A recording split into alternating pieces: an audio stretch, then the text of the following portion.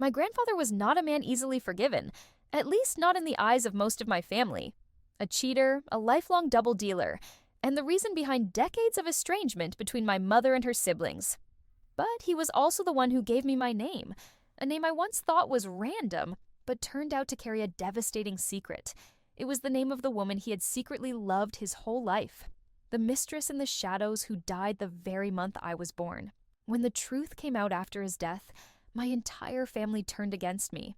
They demanded I do something my heart couldn't accept, give up the very name tied to the man I loved more than anyone else. My grandfather, the man who tore our family apart, was also the one who stayed closest to me like a second father. Every time I called him Grandpa, my mother would press her lips tight, my aunts would roll their eyes, and my grandmother would fall into a chilling silence. But to me, he was the light of my childhood, the warm embrace when my father was away on business, the only person in the family who never told me to tone it down or be less different. Maybe because I was like him, my mother once said bitterly, "You take after him too much, you burn bright, but you scorch anyone who gets too close." He was the one who named me. In our culture, naming the firstborn is usually a grandparent's privilege, but my father was an orphan. There was no one left to carry out the tradition, so my grandfather, with all the charm and grace he carried, offered to take that role. My father agreed without hesitation. They were as close as father and son, worked in the same field, and lived like two lost souls who had finally found each other. They spoke with a gaze full of respect, a gaze no other man in our family ever received from him. And then I was born, with a name that puzzled the entire extended family. Why would an Asian child be given such an old-fashioned English name?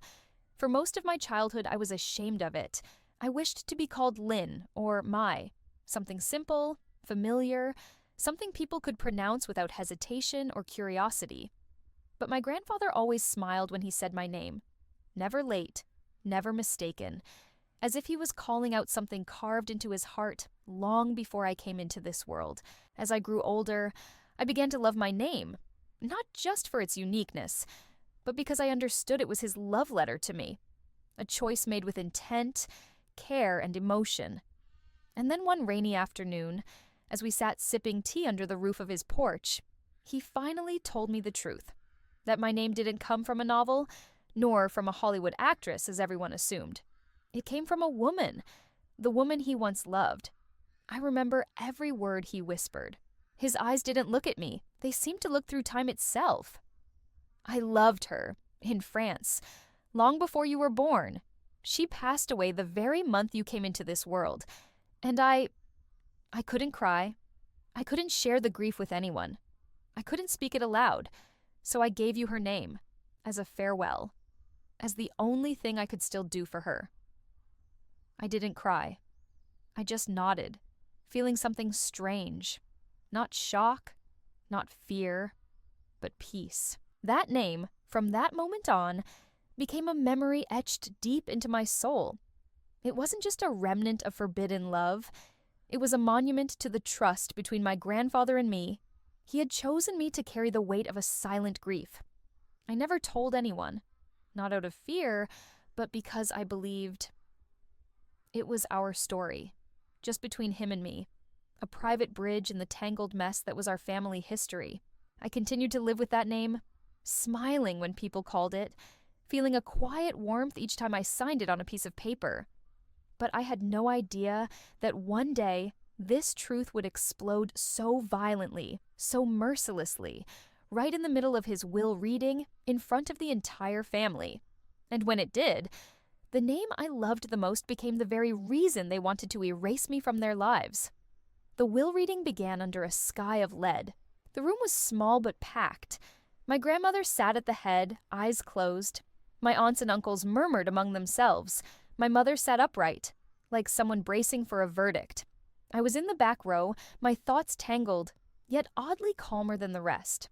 I already knew the truth, about my name, about that woman, so I thought I was ready for any surprise. But I was wrong.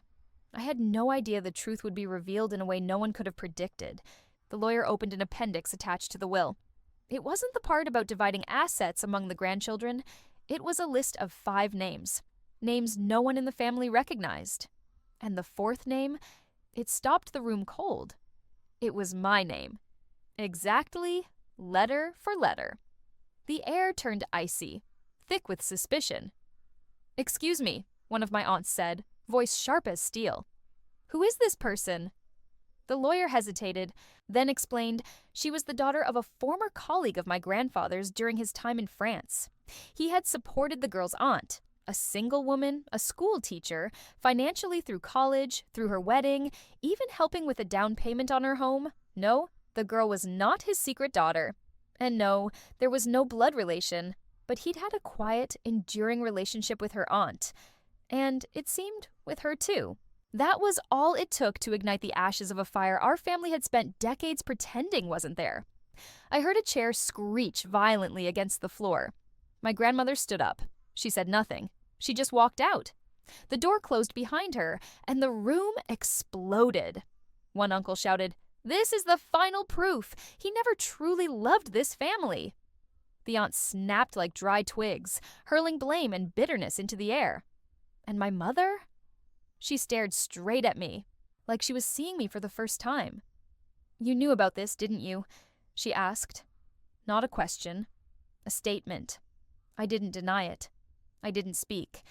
And in that moment, I saw tears in her eyes. Not for him, but for me. Me, the child she once called his spark, now reduced to a living reminder of the pain she just realized had haunted her entire life. "He used you, can't you see that?" she cried. "He named you as some twisted souvenir of that woman. You meant nothing to him, just a monument to regret." And I sat still. No crying, no screaming, just numb, because it felt like they were killing my memories, one by one.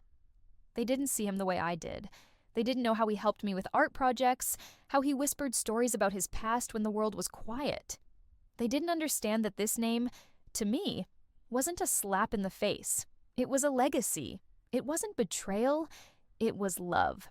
But to them, I became the symbol of everything they couldn't forgive.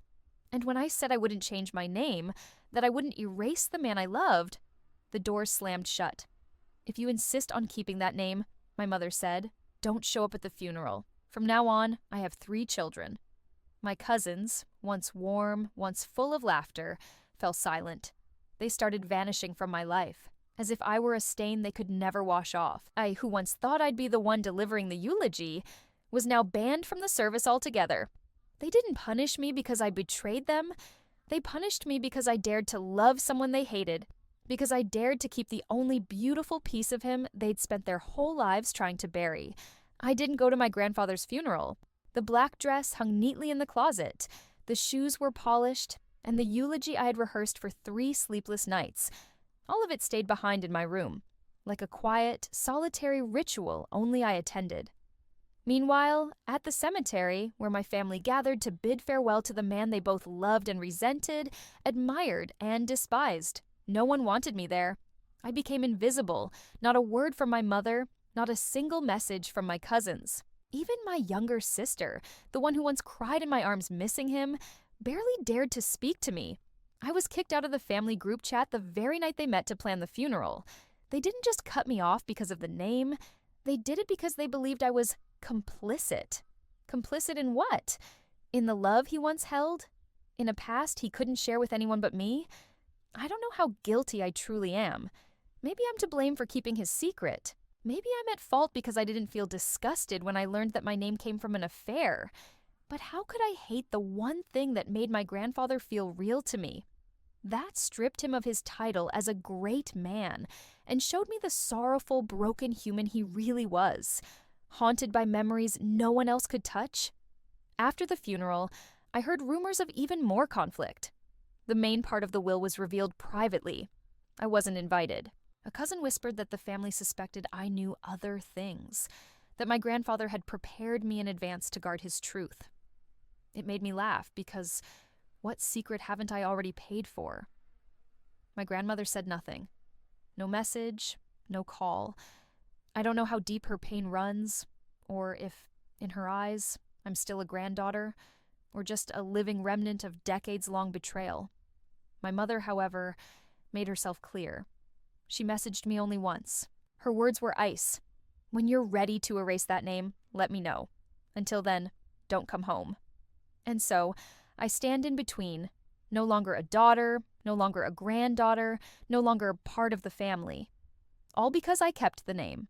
A name I never chose, yet one that feels etched into my bones. They say I'm selfish for not letting it go. But no one asks.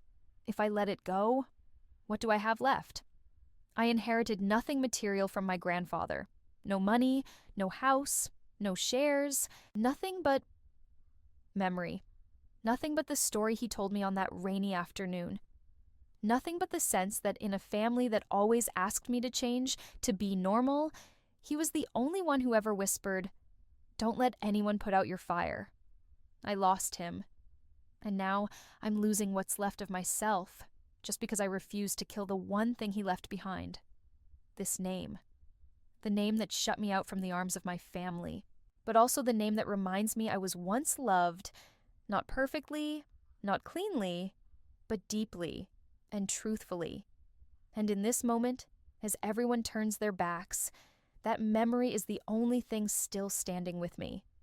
I used to think my grandfather was the only one who lived a double life, loving his family while betraying his marriage, cherishing his children and grandchildren while keeping secrets. But the more I think about it, the more I realize the very people condemning him and condemning me aren't that different. They chose anger over conversation, chose to forget the past instead of facing the truth, chose to close their eyes and live inside a version of what's right just because it means they don't have to confront the pain they've buried for years. My mother once said, "He had no right to name you. He betrayed Mom, but she was the one who agreed to let him do it. Not out of obligation, but out of trust." So, when that trust is broken, do we get to erase even the loving memories? I feel like my family is using my grandmother's pain as a weapon. They hate him for hurting her, but none of them ever ask the harder questions. Why did she stay? Why didn't she leave? Why didn't she choose freedom? Maybe because she wanted to preserve the image of a perfect family, a family that now seems more concerned with rewriting history to fit their version of justice. I don't blame my grandmother. I love her. But I also understand that love, especially in her generation, didn't always come with the freedom to choose. She chose to stay. She chose him. She chose the sorrow. But now that he's gone, that sorrow has been dumped on me, as if I'm the embodiment of the affair she once silently endured. And I start to wonder, are they grieving because he betrayed her? Or because he dared to love someone else, even when it was wrong? Are they angry at me because I know the truth? Or because I refuse to swallow the bitterness, to play the victim in a past I didn't live? I don't deny that he was a bad husband, but he was a good father. An incredible grandfather. And those who never sat with him listening to stories, never walked with him into an art gallery, never heard him speak about the light inside an artist's soul, they speak as though they knew him better than I did. So, who's really the hypocrite here?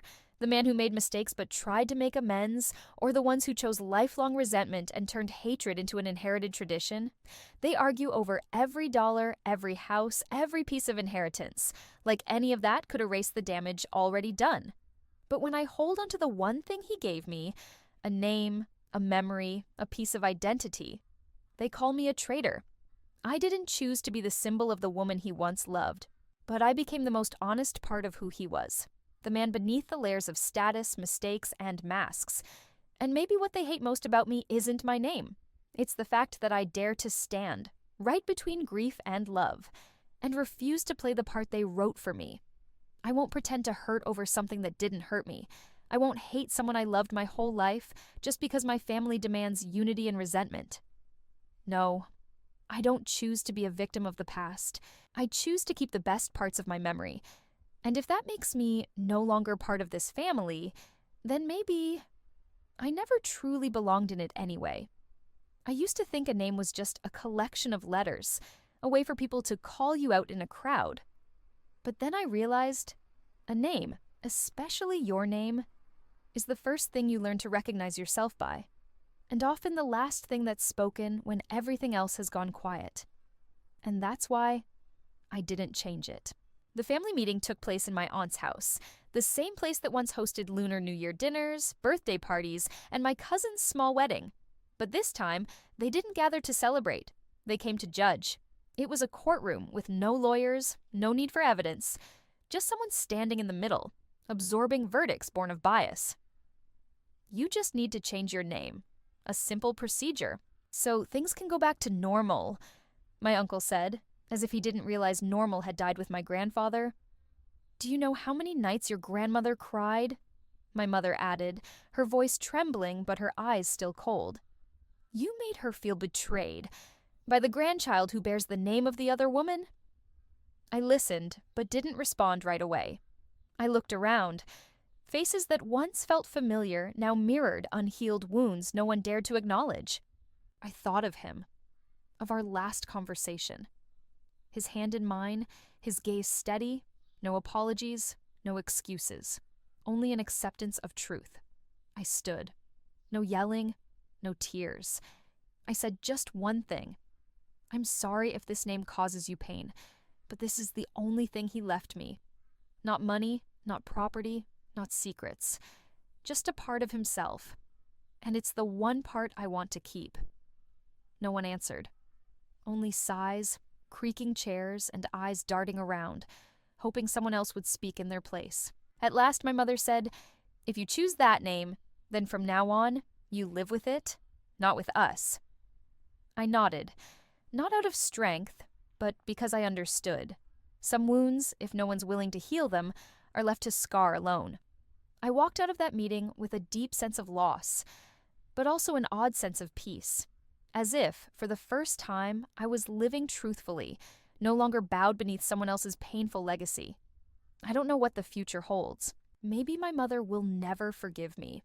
Maybe my grandmother will never speak my name again. Maybe I'll always be the granddaughter with the stain. But I know this much.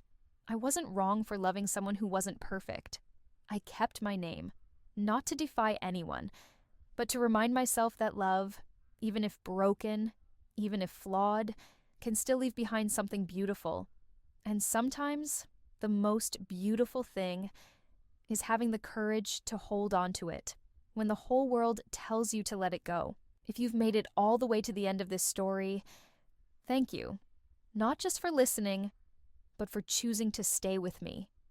Through the shattered pieces of a family, a name, and a love full of contradictions. I didn't share this story to justify myself, and certainly not to convince anyone to take my side. I shared it to remind you there are things in life that aren't right or wrong. They're simply real. My grandfather wasn't perfect, but he was someone I loved, and the name I carry, with all its complexity, pain, memories, and controversy, is a part of me I refuse to abandon. If you've ever carried something inside you that made others turn away, judge you, or ask you to be someone else, please remember this. You have the right to hold on to who you are. You are not selfish for keeping a love that once brought you warmth. You are not wrong for choosing to forgive, or for choosing not to. And you don't owe anyone the best parts of yourself just to soothe their unhealed pain. My name is me. And if I have to live alone to protect that truth, then I choose to live alone. But I will live honestly. Thank you for hearing me out. If this story touched something in you, leave me a comment, share it, or simply write one line. I've held on to what I believed was right too. Because sometimes the most healing thing is knowing you're not alone. That's the end of the story. If you enjoyed it, please leave a comment, like, share, and subscribe to help motivate us to create more videos. Thank you for listening. Take care, and see you next time.